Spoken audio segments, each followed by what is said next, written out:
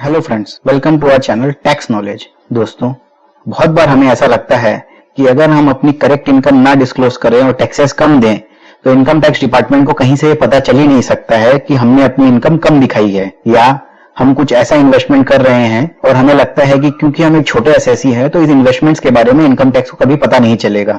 लेकिन जब हमें इनकम टैक्स की नोटिस आती है तो हमारा दिमाग खराब हो जाता है और हम ये सोच ही नहीं पाते हैं कि ये नोटिस हमको आई कहां से। तो इसीलिए दोस्तों, मैं आपसे रिक्वेस्ट करूंगा कि इस वीडियो को आप लास्ट तक देखें, क्योंकि आज मैं आपको बताऊंगा कि इनकम टैक्स को इन्फॉर्मेशन कहां से मिलती है और किस टाइप की इन्फॉर्मेशन वहां पर रिपोर्ट होती है। तो मैं आपको बता दूं, इन्फॉर्मेशन इनकम टैक्स के पास पहुंचने का एक जो जरिया है वो है AIR, जिसका मतलब होता है एनुअल इंफॉर्मेशन रिटर्न, जो कि section 285BA of the income tax act और rule 114E of the income tax rules में बोला गया है जिसके बारे में। इससे पहले कि मैं इसके बारे में आपको डिटेल में बताऊं, मैं आपसे रिक्वेस्ट करूंगा कि आप हमारे चैनल को सब्सक्राइब, लाइक और शेयर करें। इसके अलावा बेल आइकन को दबाएं ताकि आपको हमारे वीडियोस के रेगुलर अपडेट मिलते रहें। तो दोस्तों, ये AIR आखिर होता क्या है? डिपार्टमेंट जो है हर एक असेसी के हाई वैल्यू ट्रांजैक्शंस पर नजर रखता है। जी हाँ, हर एक असेसी के हाई वैल्यू ट्रांजैक्शंस पर डिपार्टमेंट नजर रखता है, जिससे क्या होता है कि असेसी के इन्वेस्टमेंट और एक्सपेंस पैटर्न से वो टैक्स इवेडर्स को पकड़ता है।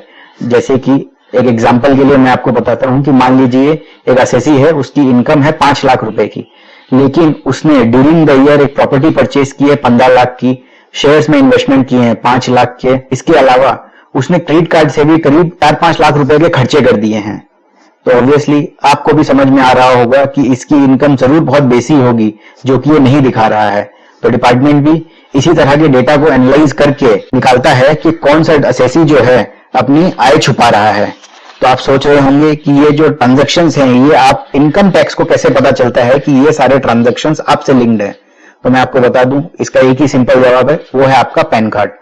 आप जानते ही हैं, आजकल हर एक छोटे से छोटे ट्रांजैक्शंस को करने के लिए भी एक पैन नंबर देना बहुत कंपलसरी हो गया है, और गवर्नमेंट जो है वो इसीलिए बार बार पैन नंबर पर इतना जोर दे रही है ताकि वो आपके हर टाइप के ट्रांजैक्शंस को आपसे लिंक कर दे, ताकि वो इसका एनालाइज करके निकाल सके कि आप अपनी करेक्ट इनकम डिक्लेयर कर रहे हैं कि नहीं कर रहे हैं। और इसके लिए उन्होंने बहुत सारी एंटिटीज को भी आइडेंटिफाई कर दिया है, जिनको ये कहा गया है कि एक सर्टेन लिमिट के ऊपर अगर ट्रांजैक्शन हो इस एसएससी का तो वो इनकम टैक्स डिपार्टमेंट को रिपोर्ट होना चाहिए। तो ये कौन कौन सी एंटिटीज है, तो मैं आपको बताना चाहता हूं कि इसमें बैंक्स हैं, फाइनेंशियल इंस्टीट्यूशंस है, म्यूचुअल फंड हाउसेज है, कंपनीज है, प्राइवेट लिमिटेड और लिस्टेड कंपनीज दोनों कवर्ड हैं। इसके अलावा रेगुलर एसएससीज को भी कवर किया गया है जिनकी टैक्स ऑडिट्स है, पर इनके लिए कुछ ही एक ट्रांजैक्शंस ऐसे आइडेंटिफाई किए गए हैं, अगर इनके थ्रू वो ट्रांजैक्शंस होते हैं तो इनको उसकी रिपोर्टिंग इनकम टैक्स को करनी पड़ेगी। तो आइए मैं आपको बताता हूं किस टाइप के ट्रांजैक्शंस की रिपोर्टिंग होती है।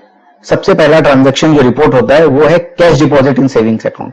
अगर आप अपने बैंक के सेविंग्स अकाउंट में पूरे साल में अगर 10 लाख से बेसी का कैश जमा करते हैं तो वो इंफॉर्मेशन बैंक जो है इनकम टैक्स डिपार्टमेंट को देती है। इसके अलावा कैश डिपॉजिट या कैश विड्रॉल इन करंट अकाउंट, अगर आपने अपने करंट अकाउंट में 50 लाख से बेसी का कैश डिपॉजिट या कैश विड्रॉल किया हो, इसकी रिपोर्टिंग भी इनकम टैक्स डिपार्टमेंट को होती है।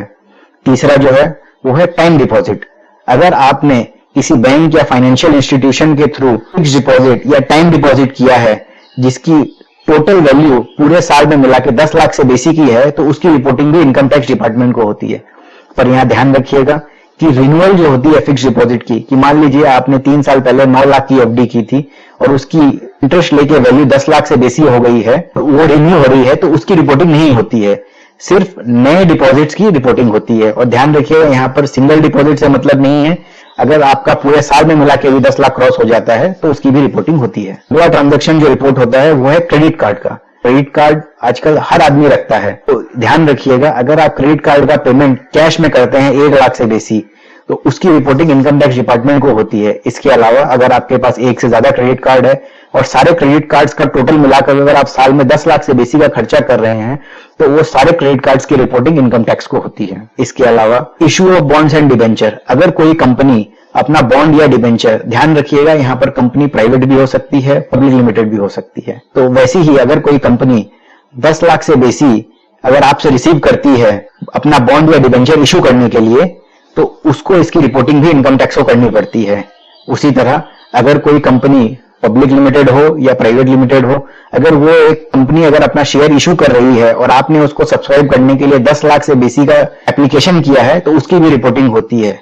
ध्यान रखिएगा दोस्तों, इशू ऑफ बॉन्ड्स, डिबेंचर और शेयर्स में आपने अगर 10 लाख का पेमेंट किया है तो भी आपके अगेंस्ट रिपोर्टिंग हो जाएगी, भले ही आपको अलॉटमेंट 10 लाख से कम का हो, क्योंकि यहाँ पर जो रूल है वो बोलता है कि 10 लाख से बेसी का अमाउंट रिसीव होना चाहिए किसी पर्सन से, वो अलॉटमेंट की बात नहीं करता है।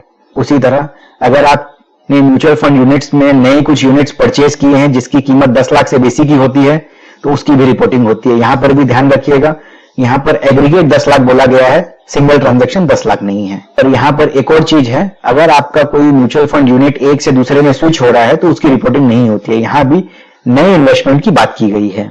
और सबसे इंपॉर्टेंट दोस्तों मैं आपको बताना चाहता हूं, सबसे इंपॉर्टेंट ट्रांजैक्शन जो है जिसकी रिपोर्टिंग इनकम टैक्स को होती है वो है प्रॉपर्टी परचेस को लेके। जो प्रॉपर्टी रजिस्ट्रार होता है, अगर उसके यहाँ कोई भी प्रॉपर्टी की रजिस्ट्री होती है जिसकी कीमत 30 लाख से बेसी की है तो हर एक प्रॉपर्टी ट्रांजैक्शन की रिपोर्टिंग वो वहां पर करता है। यहां पर आपको ध्यान रखना होगा कि प्रॉपर्टी की कीमत से प्रॉपर्टी की ट्रांजैक्शन वैल्यू की बात नहीं हो रही है, प्रॉपर्टी की कीमत से बात हो रही है प्रॉपर्टी की गवर्नमेंट वैल्यूएशन की। अगर आपने मान लीजिए प्रॉपर्टी की ट्रांजैक्शन की जहां पर प्रॉपर्टी आपने 25 लाख में परचेज की है लेकिन उसकी गवर्नमेंट वैल्यूएशन अगर 31 लाख है तो उस ट्रांजैक्शन की भी रिपोर्टिंग होती है। इसीलिए हमेशा ध्यान रखिएगा, प्रॉपर्टी की कीमत या उसकी गवर्नमेंट वैल्यूएशन जो भी ज्यादा होगी उस रेट की रिपोर्टिंग इनकम टैक्स को हो जाती है। इसके अलावा जो असेसीज जिनका टैक्स ऑडिट होता है उनके लिए भी एक ट्रांजैक्शन आइडेंटिफाई किया गया है जिनको उन्हें इनकम टैक्स को रिपोर्ट करना पड़ता है। जी हां, अगर उन्होंने कोई गुड्स या सर्विस को प्रोवाइड करने के लिए अगर किसी पर्सन से 2 लाख से बेसी कैश रिसीव किया है तो उनको ये ट्रांजैक्शन इनकम टैक्स को रिपोर्ट करना पड़ता है। जैसे कि मान लीजिए आपने किसी को एक होलसेल में माल बेचा है जिसके बिल की कीमत है 2,40,000 रुपए, तो अगर वो असेसी आपको 2,10,000 रुपए कैश और 30,000 रुपए अगर चेक से पेमेंट करता है तो आपको उस ट्रांजैक्शन की रिपोर्टिंग इनकम टैक्स को करनी पड़ेगी और ये आपकी ड्यूटी है उससे पैन नंबर कलेक्ट करना। तो अब दोस्तों आप सोच रहे होंगे कि अगर आपके अगेंस्ट कोई ट्रांजैक्शन रिपोर्ट हो गया है तो आप उसको कहां देख सकते हैं।